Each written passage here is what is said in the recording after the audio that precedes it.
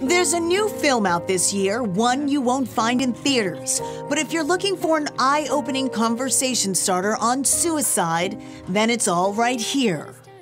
We created 13 Reasons Why We Need to Talk About Suicide in response to the Netflix series. We saw a couple things that really bothered us. So we really wanted to show that there are resources a person who's struggling can turn to and get the help that they need.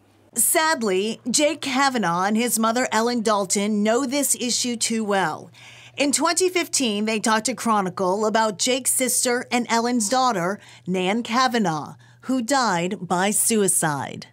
She was just, full of life. She just was a spitfire, is how we kind of describe her.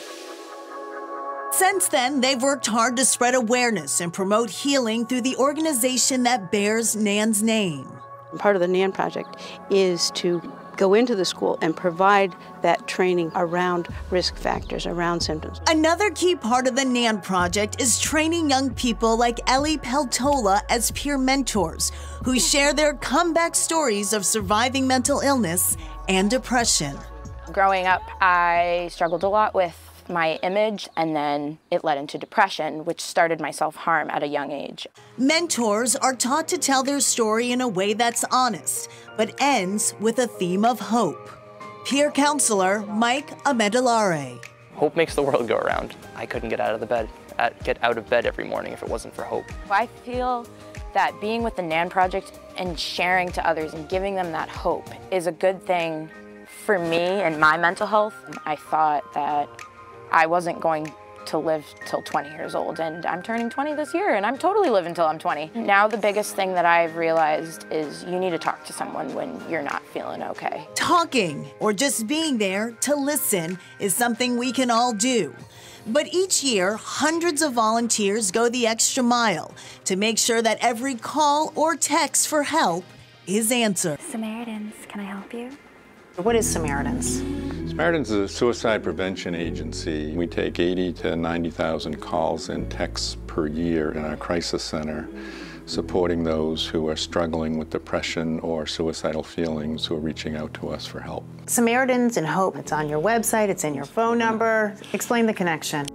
Any conversations you have with someone who's despairing, it's almost this magic that takes place where they start realizing, well, maybe things could get better. And when they get a glimmer of hope, that's a beautiful thing all around. These are the faces of hope.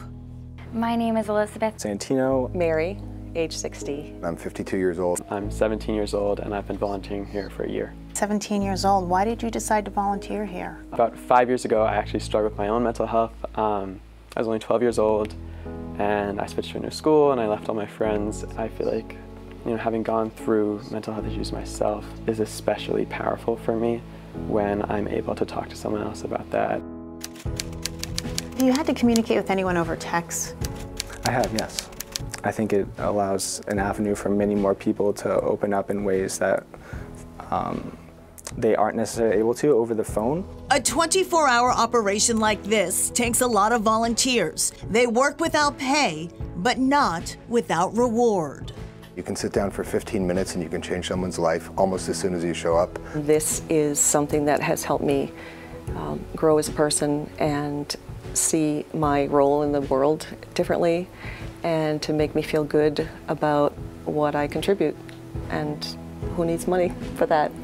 I came into work one day and my red message light is blinking. So I answered the call, and it sounded like an elderly woman, and her message was that at 3 a.m. I was in a really dark place. And I reached out and I spoke with one of your angels. And that's how she referred to the volunteer.